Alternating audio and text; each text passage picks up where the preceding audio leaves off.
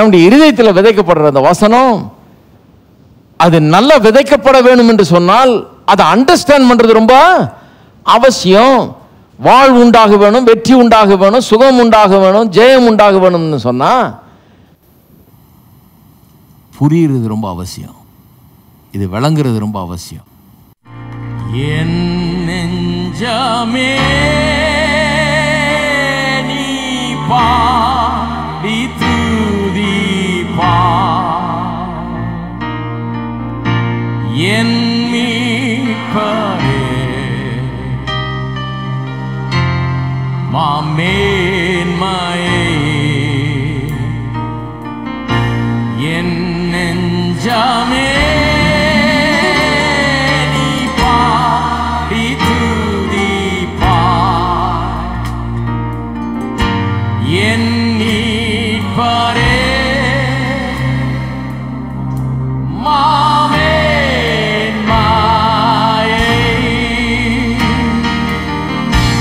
என் நெஞ்சமே நீ பாடி துதிப்பா, என் மீட்பரே மாமேன்மையே, என் நெஞ்சமே நீ பாடி துதிப்பா, என் மீட்பரே மாமேன்மையே, என் நெஞ்சமே நீ பாடி துதிப்பா, என் மீட்பரே மாமேன்மையே, என் நெஞ்சமே நீ பாடி துதிப்பா, என் மீட்பரே மாமேன்மையே. இன்னும் ஒரு முறை எல்லாம் கர்த்தரை துதித்து பாடுவோம். என் நெஞ்சமே நீ பாடி துதிப்பா, என் மீட்பரே மாமேன்மையே.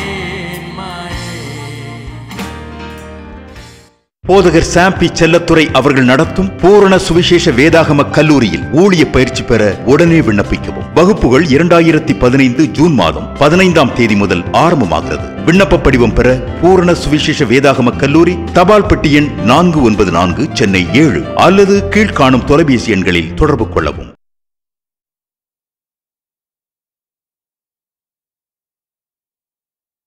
ராஜ்யத்தை அவருடைய நீதியும் தேடுங்கள்ன்றார்.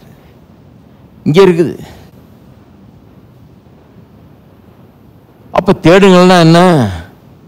இதுக்குரிய காரியங்களை கவனிங்க. இங்க இருந்து தான் உண்டாக முடியும். இங்க உங்களுடைய தேவையெல்லாம் சந்திக்கப்படும்படியாக கர்த்தருடைய வார்த்தையை எடுத்து இந்த இருதயம் ஆகிய இந்த இடத்துல விதையுங்கள். இங்க இருந்து தான் உண்டாக முடியும். உங்களுடைய தேவையெல்லாம் இங்க இருந்து தான் சந்திக்கப்பட முடியும். அப்ப தேவைகளை சந்திக்கிறதுக்கு எங்கேயோ ஓடி யாரையோ நாடுறதில்லை. அதெல்லாம் தப்பு பாருங்க. அப்படி சொல்லவே இல்லை. எதுக்கு பேதுரு போன்றவர்கள், நீங்கள்லாம் பந்தி விசாரிப்பெல்லாம் நீங்கள் கவனிங்க, அன்றாட அட்மினிஸ்ட்ரேஷன்லாம் நீங்கள் கவனிங்க, நாங்கள் இந்த ஜெபத்திலும் வேத வசனத்தை போதிப்பதிலும் தரித்திருக்கிறோன்னு ஏன் சொன்னார்? ஏன் வசனத்துக்கு அவ்வளோ பெரிய ஒரு மேன்மை? மற்ற வேலையெல்லாம் விட்டுட்டு வெறும் வசனத்திலே இருக்கிறோம் நாங்கள் ஏன் அப்படி சொன்னாங்க? ஏன் அப்படி செய்தார்கள்? ஏன் அப்படி செய்தார்கள்னா, ஏராளமான ஜனங்கள், ஆயிரக்கணக்கான மக்கள் அங்கே இருக்கிறாங்க, சபையில் தேவைகளோடு இருக்கிறாங்க, பிரச்சனைகளோடு இருக்கிறாங்க. மனுஷ வாழ்க்கை பிரச்சனையினால் நிறைஞ்ச வாழ்க்கையாக இருக்குது. அவங்க பிரச்சனையெல்லாம் யாரோ ஒரு பெரிய வரம் பெற்ற தேவதாசர் சால்வ் பண்ண முடியாது. அங்கே போங்க, அவர் இருக்கிறார், உங்களுக்காகவே உபவாசம் பண்ணிட்டு இருக்கிறார், உங்களுக்காகவே அவர் ஜெபம் பண்ணிட்டு இருக்கிறார், அங்கே போனீங்கன்னா எல்லாம் சரியாயிடும். அப்படி கிடையாது. அப்படின்னா பேசாமல் நாங்கள்லாம் ஜெபத்திலும் வசனத்திலும் தரித்திருக்க வேண்டிய அவசியம் கிடையாது. அவருடைய இடத்துக்கு போகிறதுக்கு ரூட் போட்டு கொடுத்தா போதும். உங்களுக்கு மேப் போட்டு பஸ்ஸுக்கு செலவு காசு இல்லாதவங்களுக்கு பஸ் காசு கொடுத்து தயவு செய்து அங்கே போங்க. அங்கே போனீங்கன்னா அவர் பெரிய வரம் பெற்றவர், அவர் உங்களுடைய பிரச்சனை எல்லாத்தையும் தீர்த்து வச்சிருவார்னு சொல்லி அனுப்பிச்சா போதும். எங்கள் வேலை ரொம்ப சிம்பிள் ஆகிடும். நான் நல்ல மனுஷன், அதுக்குன்னு ஒரு ஆஃபீஸ் வச்சு இதை கரெக்டாக செஞ்சிருவேன். நான் அப்படி தான் கர்த்தர் பதிலை தர்றாருன்னா, அப்படி தான் உங்களுக்கு பிரச்சனைகள் தீரப்போகுதுன்னு சொன்னால் நான் அதை பக்காவாக செஞ்சிருவேன். நீங்கள் வரவே வேண்டியதில்லை, ஆன்லைன்லேயே உங்களுக்கு கொடுத்துருவேன் எல்லாத்தையும். ஒரு ஃபோன் பண்ணால் உங்களுக்கு கிடைக்கிற மாதிரி, தகவல் கிடைக்கிற மாதிரி, யார் எவர் எங்கே இருக்கிறாரு, எத்தனை மணிக்கு போகலாம், உங்களுக்கு அப்பாயின்மெண்ட்டு எல்லாம் நானே ஃபிக்ஸ் பண்ணி கொடுத்துருவேன். எதுக்கு இவ்வளோ பேர் சபைக்கு வரணும், இதுக்கு எப்படி, எதுக்கு ஒரு நிலம் தேவைப்படுது, ஒரு கட்டடம் தேவைப்படுது, எதுக்கு சபை தேவைப்படுது, எதுக்கு இந்த வசதிகள்லாம் தேவைப்படுது, சேரு கூட இல்லாமல் இவ்வளோ பேர் நின்றுட்டுருக்குறாங்க பின்னாடி, எதுக்கு இங்கே வந்திருக்கிறாங்க. ஏன்னு சொன்னால் நம்முடைய தேவைகள் சந்திக்கப்படும்படியாக கர்த்தர் வேறு வழியை வைக்கல, வசனத்தை தான் கொடுத்துருக்கிறாரு. இந்த வசனத்தை கேட்டு இந்த வசனம் உள்ளத்தில் போக வேண்டும். இந்த வசனத்தை கேட்டு இந்த வசனம் உள்ளத்தில் போகணும். உள்ளத்தில் போன வசனம் தான் என்னத்தை புசிப்போம், என்னத்தை குடிப்போம், என்னத்தை உடுத்துவோன்ற கவலையை நம்மளிடத்திலிருந்து போக்கும், நம்முடைய தேவைகளெல்லாம் சந்திக்கும். இவைகள் எல்லாம் கூட கொடுக்கப்படும்ன்றது எப்போ வருது? இந்த தேவனுடைய ராஜ்யத்தின் நீதியை முதலாவது தேடும். இதுக்கு முதலிடம் கொடுக்கும் போது, இந்த வசனத்துக்கு முதலிடம் கொடுக்கும். அதனால தான் பிரசங்கியார்கள் முதலிடம் கொடுத்தாங்க, சபையில் முதலிடம் கொடுத்தாங்க. அதை பார்த்து ஜனங்கள் என்ன பண்ணிட்டாங்க, முதலிடம் கொடுக்க ஆரம்பிச்சிட்டாங்க. இந்த வசனத்துக்கு முதலிடம் என்ற ஐடியாவே எங்கிருந்து வந்தது? இயேசுவினுடைய இந்த வார்த்தையிலிருந்து தான் வந்தது. அப்ப தேவைகள் எப்படி சந்திக்கப்பட போகுதுங்க? அங்கேயும் இங்கேயும் அலைஞ்சிட்டு இருக்காதீங்க. எங்கே சந்திக்கப்பட போகுது? கர்த்தருடைய வார்த்தையில். வேற குறுக்கு வழி கிடையாது. இதுக்கு தான் நாங்கள் இவ்வளோ உட்காந்து இது பண்ணி இதை இவ்வளோ கஷ்டப்பட்டு பிரசங்கம் பண்ணுறோம். சிலருக்கு என்னன்னா, கோயிலுக்கு போகிறது எப்படி இருக்குதுன்னா, நான் எல்லாம் இருந்து வந்ததுனால சொல்கிறேன், இதெல்லாம் பார்த்துருக்குறேன். சிலர் எப்படின்னா, நான் போய் தலையை காட்டிட்டு வந்துடுறேன், இல்லைன்னா பாஸ்டர்கிட்டேருந்து ஃபோன் வரும் நாளைக்கு. தலையை காட்டுறாங்க. அவங்க உட்காந்துருப்பாங்க. முடிஞ்சவொடனே கண்டிப்பாக பாஸ்டரை பார்த்துட்டு போவாங்க. ஏன்னா தலையை காட்டணும் இல்லையா, அவருக்கு அட்டெண்டன்ஸ் கொடுக்கணும். அதனால் கண்டிப்பாக அவரை பார்த்து ஏதாவது சொல்லிட்டு போகணும். ஏன்னா அப்போ தான் அவருக்கு தெரியும், நாளைக்கு தொந்தரவு கொடுக்க மாட்டார். அங்கே உட்காந்துருந்தாங்கன்னா கூட இப்படி எட்டி எட்டி பார்த்து தலையை காட்டிக்குவாங்க. நல்லா பார்த்துருங்க முகத்தை பார்த்துருங்க, வந்துட்டேன் நான், ஆஜர் ஐயா வந்திருக்கிறேன் அப்படிங்கிற மாதிரி தலையை காட்டிடுவாங்க. தலையை காட்டிட்டு வாட்சியை பார்த்துட்டு இருப்பாங்க. எப்போ முடிப்பார்? சீக்கிரம் முடிச்சிடா, ஒரே பசியாக இருக்கு, காலைல சாப்பிடாம வந்துட்டேன், இவர் முடிச்சாருனா தான் போய் சாப்பாடை கவனிக்க முடியும் போ அப்படின்னு. அவங்களுக்கு சர்ச்சுனா என்னமோ நினைக்கிறாங்க அவங்க. சில நேரத்தில் பிரசங்கியார்களே அப்படி தான் இருக்கிறாங்க. அவங்களும் என்ன நினைக்கிறாங்க, சீக்கிரம் போய் இன்னைக்கு கொஞ்சம் கடற்கடன்னு பிரசங்கம் பண்ணிட்டு சீக்கிரம் போய் நம்ம சாப்பிடுவோம், நம்மளுக்கும் ஒரே பசியாக இருக்குது. எல்லாம் ஒரு அவசர அடியில் போகுது. எல்லாம் அப்படியே ஒரு ருட்டீன். இது சும்மா காலைல எழுந்திரிச்சோமா, எதையா ஒன்று சொன்னோமா, முடிச்சோமா, போனோமா, வந்தவங்களும் போனோமா, உட்கார்ந்தோமா, மூஞ்சியை காட்டினோமா, எதோ நல்லது கெட்டதுன்னா நாளைக்கு எதாவது பண்ணுவார் அவர். அப்படி தான் அவங்க. அதுக்கு தான் சர்ச்சை ஒழிய வேறு எதுக்கும் சர்ச்சை கிடையாது. அட்டண்டன்ஸ் எடுக்கிறதும் பாஸ்டர்களை மாதிரி அட்டண்டன்ஸ் எடுக்கிற ஆளுங்க எங்கேயும் பார்க்க முடியாது. நீங்கள் நோட்டு தேவையில்லை, பேனா தேவையில்லை, கம்ப்யூட்டர் தேவையில்லை, ஒன்றும் தேவையில்லை, அட்டண்டன்ஸ் எடுத்துருவாங்க. அவங்க ஒரு இதுலேயே ஸ்வீப்லேயே எடுத்துருவாங்க. இப்படி பார்க்குறதுலேயே எடுத்துருவாங்க அட்டண்டன்ஸு, யார் வந்திருக்காரு. நான் பைபிள் காலேஜில் படிக்கும்போது அங்கே சாப்பிள் சர்வீஸ்னு வைப்பாங்க. சாப்பிள்னால் அப்படி ஒரு ஹால் இருக்கும், அதில் எல்லாம் நூற்றுக்கணக்கான மாணவர்கள் கூடுவார். அட்டண்டன்ஸ் எடுங்க. ஏன்னா அந்த பசங்க மட்டும் அடிச்சுட்டு ஓடிடுவான் சிலவன். அங்கே எங்கே போய் என்னத்தையா சாப்பிட்றேன் பிடிக்கிறேன்னு எங்கேயா போய் நின்றுருப்பான். அதனால் இவன் எப்படி கண்டுபிடிக்கிறது, வந்தானா இல்லையான்னு ரிக்வயர்டு அது. அதுக்கு என்ன பண்ணுவாங்க, போய் காலேஜில் சேர்ந்த உடனே சீட்டை அசைன் பண்ணுவாங்க. சாப்பிளில் வந்தால் ஒரு ஆளுக்கு ஒரு சீட்டு, அந்த சீட்டு எந்த சீட்டில் நாம் உட்காரணும், 3rd ரோவில் 4வது சீட்டு அப்படின்னா அப்படி தான் உட்காரணும், அங்கே தான் உட்காரணும், வேற எங்கேயும் உட்காரவே முடியாது. சரி, முதல்ல அப்படி சொன்னாங்க, நான் போய் உட்காந்துட்டேன். எனக்கு மட்டம் அடிக்கிறதெல்லாம் நல்ல பழக்கம். உட்காந்துட்டேன். மட்டம் அடித்தா மாட்டிக்கிறோம். மட்டம் அடிச்சுட்டு போய் சாப்பிட்டு ரூமுக்கு போகிறதுக்குள்ள அங்கே நோட்டு காத்துக்கிட்டு இருக்குது, வந்து பாருன்னு. போனால் வரலையேன்றான். எப்படி உனக்கு தெரியும்? யாரும் அட்டனன்ஸே எடுக்கலையேன்னு யோசிச்சுட்டு இருக்கிறேன் நான். எப்படி எடுக்கிறாங்கன்னு அப்போ தான் கண்டுபிடிச்சேன். இப்படி சீட் அசைன் பண்ணப்போ சொல்லலை இதுக்குன்னு. அப்புறம் தான் ஒரு ஆள் சொன்னார், அப்பா ஏன் அசைன் பண்ணாங்க தெரியுமா? மேலே பால்கனிலேருந்து ஒரு அம்மா ஒரு சார்ட் வச்சுருக்குது, டயக்ராம். அதில் இந்த சீட்டுகள்லாம் இருக்குது. அப்படியே இந்த ஹாலில் இருக்கிற அத்தனை சீட்டு அந்த டயக்ராமில் இருக்குது. அந்த அம்மா மேலே நின்று 2 நிமிஷத்தில் அட்டண்டன்ஸ் எடுத்துகிட்டு போயிடும். அப்படி பார்க்கும், எந்த சீட்டு காலியாக இருக்குதோ அங்கே ஒரு புள்ளி வச்சுட்டு போயிட்டே இருக்கும். அவ்வளோதான். கொண்டு போய் ஆஃபீஸில் கொடுத்ததுன்னா கரெக்டாக உங்களுக்கு நோட்டு வரும். கரெக்டாக. ஏன்னா அதே சீட்டில் கரெக்டாக உட்காடுறீங்க இல்லையா? சபையில் பாஸ்டர் அட்டண்டன்ஸ் எடுக்கிறதும் அப்படிதான். ஏன்னா ஜனங்க வந்தாங்கன்னா அவங்களுக்குன்னு சில சீட்டை குத்தகைக்கு எடுத்துருக்கிறாங்க. அந்த சீட்டில் தான் உட்காருவாங்க அவங்க. அது இந்த 100 பேர் 200 பேர் இருக்கிற சர்ச்சில் ரொம்ப வசதியாக போச்சு. நிறைய இருக்குது சேரு, அதனால எங்கே வேணா உட்காரலாம். அப்போ அவங்களுக்கு ஒரு சீட் எடுத்துட்டு அங்கே தான் உட்காருவாங்க. வேற யாரும் உட்காந்துட்டா சண்டைக்கு வந்துடுவாங்க. நீ எப்படி ஏன் சீட்டில் உட்காந்த? அப்போ பாஸ்டருக்கு மனப்பாடம் ஆயிடுது இது, இந்த டயக்ராம். யார் எந்த சீட்டில் இருப்பாருன்னு அவரு யோசமா டக்குன்னு எங்கே பார்க்கணும்னு தெரியும். அங்கே இருக்கிறாரு அவர், அங்கே தான் உட்காருவார் அவர். அங்கே இல்லையா, வரல போ.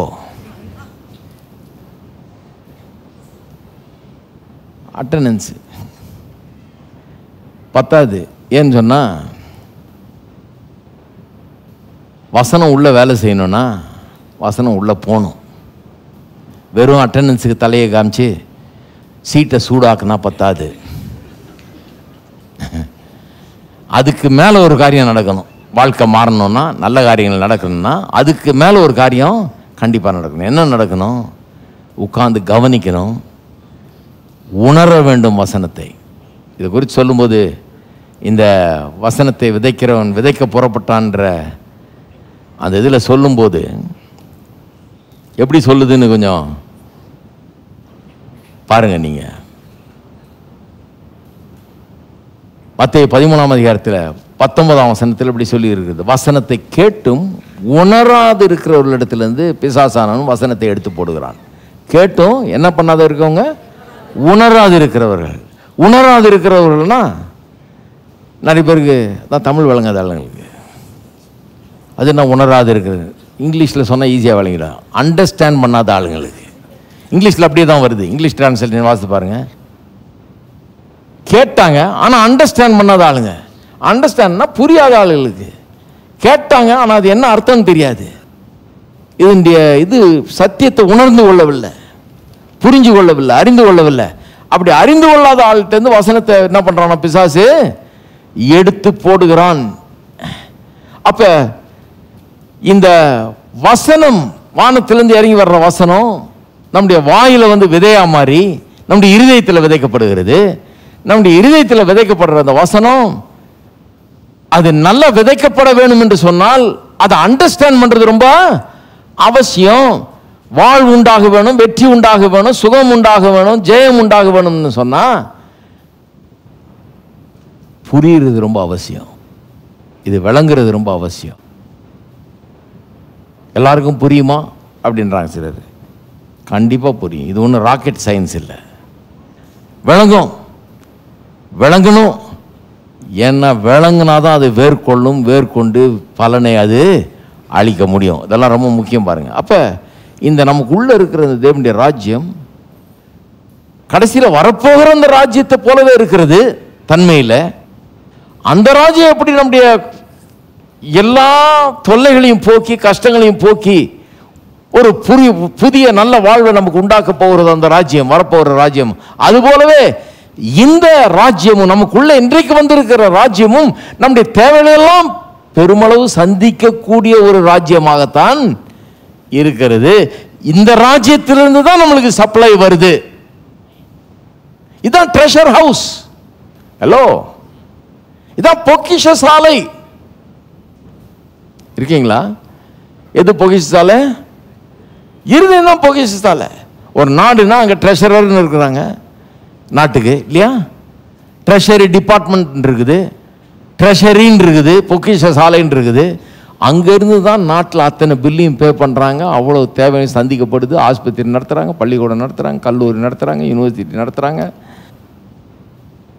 மானிய தொகைகள் தர்றாங்க, எல்லாம் தர்றாங்க. எங்கேருந்து? ட்ரெஷரியிலேருந்து இல்லையா? அங்கேருந்து தான் எல்லா தேவைகளும் சந்திக்கப்படுகிறது. ஜனங்களுடைய தேவைகள் அங்கேருந்து தான் சந்திக்கப்படுகிறது. நம்ம ட்ரெஷரி எங்கே இருக்குது? மத்திய 12ஆம் அதிகாரம் சொல்லியிருக்கு பாருங்க, 35ஆம் வசனம், 12:35.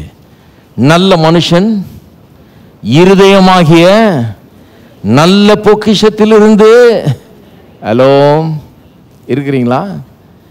எந்த பொக்கிஷத்திலிருந்து? இருதயமாகிய நல்ல பொக்கிஷத்திலிருந்து. நல்ல மனுஷன் இருதயமாகிய நல்ல பொக்கிஷத்திலிருந்து நல்லவைகளை எடுத்து காட்டுகிறான். பொல்லாத மனுஷன் பொல்லாத பொக்கிஷத்திலிருந்து பொல்லாதவைகளை எடுத்து காட்டுகிறான். அப்ப நல்ல மனுஷன் யாரு? நிறைய பேர் நினச்சிட்டு இருக்கிறாங்க நல்ல மனுஷன்னா ஒன்றுமே தெரியாத இன்னசென்ட் மனுஷன். கிடையாது. பைபிளில் சொல்லியிருக்கிற நல்ல மனுஷன் வேற. வசனம் விளங்கி உள்ளே போய் அது வேலை செஞ்சு அவன் வசனத்தில் சொல்கிற காரியங்களை பேசி நல்ல காரியங்களை தன்னுடைய வாழ்க்கையில் உண்டாக்குகிறான். உள்ள வார்த்தை சென்று அது முளைத்து கிளம்பி விளைய செய்கிறது. அதுக்கு அவன் வழி வகுத்திருக்கிறான். வசனத்தை ஏற்றுக்கொண்டிருக்கிறான், வசனத்தை விதைச்சிருக்கிறான், வசனம் உள்ளத்தில் விளையுது. இந்த பொக்கிஷ சாலையிலிருந்து நல்ல காரியங்கள் உண்டாகிறது.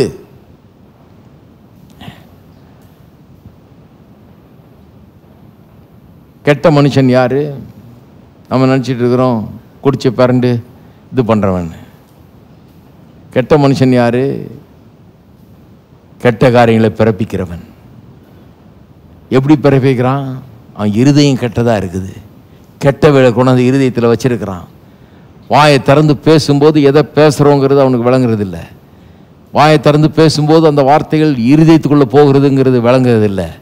வாயை திறந்து கெட்ட காரியங்களை பேசி, அவநம்பிக்கையை பேசி, தோல்வியை பேசி, வியாதியை பேசி, பிரச்சனையை பேசி, அந்த பேசின காரியங்கள் இல்லை உள்ளத்தில் போய் இருதயத்தை கெடுத்து தீட்டுப்படுத்தி இருதயத்திலிருந்து எல்லா தீமைகளும் கிளம்பி வருகிறதுன்னு இயேசு சொன்னார். எங்கேருந்து வருதான் எல்லா தீமைகளும்? மனுஷனுடைய இருதயத்தில். அவன் கை கழுவுறதை பற்றி ரொம்ப பெருசாக சொல்லிட்டு இருந்தாங்க. உங்கள் சீஷர்கள் கை கழுவ மாட்டேன் சரியான்னு. சரியா கை கழுவ சொல்லுவோமோல்ல. நம்முடைய மதத்தில் கை கழுவுறது ரொம்ப அவசியம். கையை விடுனாரு, இருதயத்தை பாருமோல்லன்னாரு. ஹலோ, பாத்திரத்தை சரியா தொலைக்கலன்னா பாத்திரம் தொலைக்கிறது இருக்கட்டும், இருதயத்தை சுத்தம் பண்ணுமோல. இருதயத்திலிருந்து தான் எல்லா தீமைகளும் உண்டாகிறது என்றார். நல்லவைகள் பொல்லாதவைகள் எல்லாம் எங்கேருந்து வருது? இருதயத்தில் வருது. அப்போ நம்முடைய வாயில் நல்லவைகளை பேசும்போது கர்த்தருடைய வார்த்தை தான் நல்லவை, வேற எதுவும் நல்லதே கிடையாது. வார்த்தையை பேசுனா நல்லதை பேசுகிறோம், வார்த்தைக்கு புறம்பானதை பேசுனா கெட்டதை பேசுகிறோம். கெட்ட வார்த்தை ஒன்றும் உங்கள் வாயிலிருந்து புறப்படலாகாதுன்னு எபேசியரில் இருக்குது. கெட்ட வார்த்தை ஒன்றும் வாயிலிருந்து புறப்படும். கெட்ட வார்த்தைனா நம்ம நினைக்கிற மாதிரி கெட்ட வார்த்தை இல்லை. ஹலோ, ஐயோ அந்த வார்த்தையை சொல்லிட்டார், அப்படி இல்லை கெட்ட வார்த்தை. பைபிள் சொல்கிற கெட்ட வார்த்தை நிறைய பேர் பேசிகிட்டு இருக்கிறாங்க. என்ன கெட்ட வார்த்தை? என்னால் முடியவே முடியாது கெட்ட வார்த்தை. எனக்கு அதெல்லாம் வராது, எனக்கு படிப்பு வராது கெட்ட வார்த்தை. நம்மளால அதெல்லாம் முடியாதுப்பா கெட்ட வார்த்தை. எனக்கு வேலை கிடைக்கிறது ரொம்ப கஷ்டம் கெட்ட வார்த்தை. ஹலோ, என் கடன் பிரச்சனை தீர்றது ரொம்ப கஷ்டம் கெட்ட வார்த்தை. அதில் என்னங்க கெட்ட வார்த்தை? நான் ரொம்ப டீசெண்டான ஆள், வேலை கிடைக்கிறது ரொம்ப கஷ்டம்னு சொன்னேன், வேற ஒன்றும் சொல்ல நான், அதுவே போதும். இது வரைக்கும் கஷ்டம் இல்லைன்னா கூட இனிமே கஷ்டத்தை உண்டாக்கிடும், அது பிறப்பிக்கும். அது கெட்ட வார்த்தை. நல்ல மனுஷன் தன்னுடைய இருதயமாகி நல்ல பொக்கிஷத்திலிருந்து நல்லவைகளை எடுத்து காட்டுகிறான். இருதயம் எதுக்கு வச்சிருக்குது? இருதயம் கர்த்தருடைய வார்த்தை இருக்கிற இடமாக இருக்கிறது. கர்த்தருடைய வார்த்தை கூடிக்கொண்டிருக்கிற இடமாக இருதயம் உண்டாக்கப்பட்டிருக்கிறது. கர்த்தர் அப்படி டிசைன் பண்ணிட்டார் இருதயத்தை. இருதயத்தை அப்படி டிசைன் பண்ணிட்டாரு. இருதயம் வந்து பிறப்பிக்கிறது காரியங்களை, விளைச்சலை உண்டாக்குகிறது. எப்படி டிசைன் பண்ணியிருக்காரு கர்த்தர்? எதை போட்டாலும் அது விளைச்சல் உண்டாகும், அந்த மாதிரி உண்டாக்கி இருக்காரு. அதனால போடுறதுல ஜாக்கிரதையா இருக்கணும். இருதயம் வந்து நீங்க போட்ட பிறகு இது நல்லதா கெட்டதான்னு பார்த்து நல்லதை மட்டும் பிறப்பிக்கிற இருதயமா உண்டாக்கி இருந்தா பரவாயில்ல, நம்ம எதை வேணா போட்டுக்கலாம், அது சார்ட் அவுட் பண்ணிக்கும். நல்லதெல்லாம் ஒதுக்கிட்டு கெட்டதெல்லாம் ஒதுக்கிட்டு நல்லதை மட்டும் விளைய பண்ணும். அப்படி உண்டாக்கலையே, டிசைன் வேற மாதிரி பண்ணியிருக்காரு. எதை போட்டாலும் விளையும். ஹலோ, எதை போட்டாலும் விளையிற இருதயமா உண்டாக்கிட்டாரு. அதனால சில சொல்றாங்க இல்லையா, கர்த்தருக்கு தெரியும் நான் என்ன சொன்னேன்னு. நான் சொல்றதுல ஒன்றும் தப்பே கிடையாது. கர்த்தருக்கு தெரியும், கண்டிப்பாக கர்த்தருக்கு தெரியும். இல்லை நான் சொன்னையா, எங்கள் வீட்லேயும் எல்லாருக்கும் தெரியும் நான் என்ன மீன் பண்ணேன்னு தெரியும். அதனால் அது கெட்ட வார்த்தை இல்லை. சரி, கர்த்தருக்கும் தெரியும், எல்லாருக்கும் தெரியும். ஆனால் இருதயத்துக்கு தெரியாதே. இருதயத்துக்கு தெரியாது.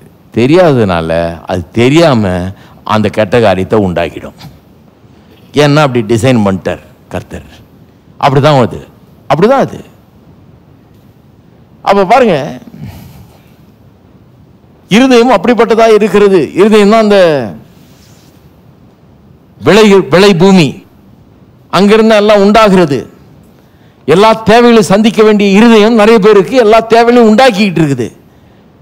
எல்லா பிரச்சனையும் தீர்க்கக்கூடிய அந்த இருதயம் இன்றைக்கு பிரச்சனைகளை உண்டாக்குகிற இருதயமாய் மாறி இருக்கிறது. ஏன்?